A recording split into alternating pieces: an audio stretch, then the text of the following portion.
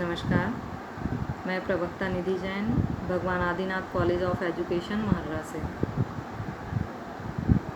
आज हम डीएलएड चतुर्थ सेमेस्टर के विषय शैक्षिक प्रबंधन एवं प्रशासन पर चर्चा करेंगे, जिसमें हमारा टॉपिक चल रहा था भौतिक संसाधन। भौतिक संसाधनों के अंतर्गत विद्यालय भवन और छात्रावास भवन, इस पर हम पहले चर्चा कर चुके हैं।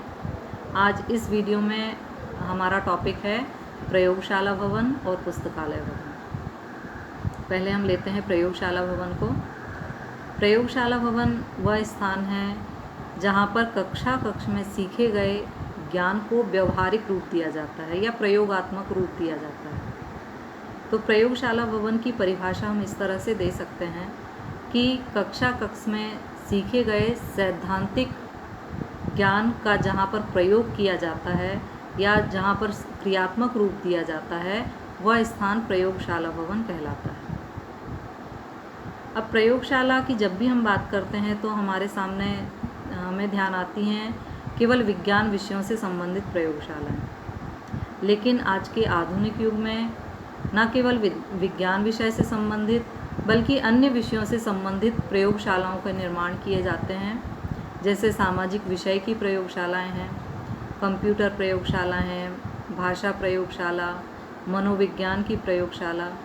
इन विषयों से संबंधित प्रयोगशालाओं के निर्माण भी विद्यालय में आजकल किए जाते हैं। प्रयोगशाला के प्रबंधन में जो बातें हम अन्य भौतिक संसाधनों के प्रबंधन में ध्यान रखते हैं, वही बातें इसमें भी हमें ध्यान रखना चाहिए। जैसे वातावरण स्वच्छ हो, फर्नीचर की उचित व्यवस्था हो, छात्र संख्या के अनुसार उसका पर्याप्त स्थान हो आदि। इस तरह से हम देखते हैं कि ये प्रयोगशाला भवन में कुछ और भी अतिरिक्त बातें हैं जिनका हमें ध्यान रखना चाहिए। जैसे विज्ञान विषयों की प्रयोगशाला में रसायन विज्ञान की प्रयोगशाला है, उसके निर्माण में इस बात का ध्यान रखना चाहिए कि ये प्रयोगशाला ऐसे स्थान पर हो या एकांत स्थान पर हो, क्योंकि इस प्रयोगशाला में कई प्रकार के प्रयोग होते हैं और उन प्रयोगों के फलस्वरूप कई प्रकार की गैसों का उत्सर्जन होता है। तो उन गैसों का दुष्प्रभाव आसपास की कक्षाओं में ना पड़े, इस बात का हमें ध्यान रखना चाहिए। इसी तरह कंप्यूटर की प्रयोगशाला है, वो ऐसे स्थान पर हो जहाँ पर बहुत अधिक शोर ना होता हो, लाइट आदि की वहाँ उचित व्यवस्था हो। भूगोल की प्रयोगशाला है, भूगोल विषय की, चूँकि इस प्रयोगशाला में मौसम के निरीक्षण आदि के संबंध में प्रयोग किए जाते हैं, तो ये प्रयोगशाला ऐसे स्थान पर हो जहाँ से हवा, पानी, मौसम आदि का निरीक्षण आसानी से किया जा सके।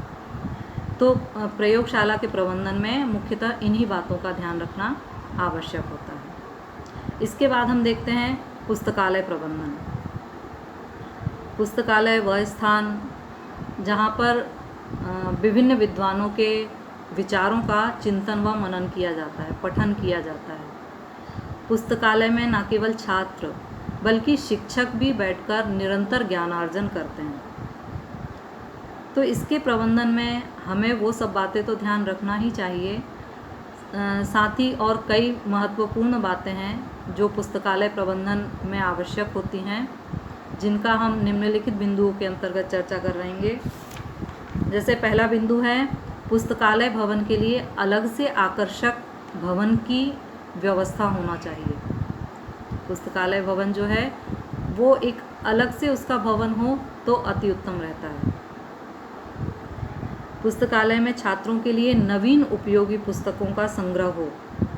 नवीन उपयोगी मतलब उनके विषयों से संबंधित, पाठ्यक्रम से संबंधित तो पुस्तकें उसमें हो ही, साथ ही आजकल विद्यार्थी कई प्रकार के कंपटीशन एग्ज़ाम वगैरह देते हैं, तो उन प्रतियोगी परीक्षाओं से संबंधित पत्र पत्रिकाओं की व्यवस्था भी पुस्तकालय में होना चाहिए, ताकि विद्यार्थी वहाँ पर बैठकर उन प्रतियोगी परीक्षाओं की भी तैयारी कर सकें।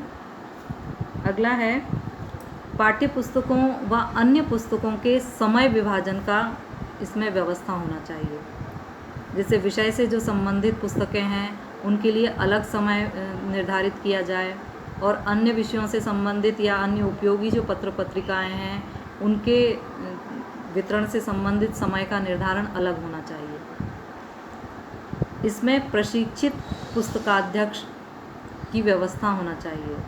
आमतौर पर देखा गया है कि विद्यालयों में किसी भी अंशकालीन शिक्षक की नियुक्ति कर दी जाती है, जिन्हें पुस्तकालय का पर्याप्त ज्ञान उन्हें नहीं होता है। तो प्रशिक्षण प्राप्त या पुस्तकालय से जो प्रशिक्षण प्राप्त शिक्षक हैं, उनकी नियुक्ति ही पुस्तकालय में की जानी चाहिए, ताकि वो वहाँ की कार्य व्यवस्था अच्छी प्रकार से भली प्रकार चला पाएँ।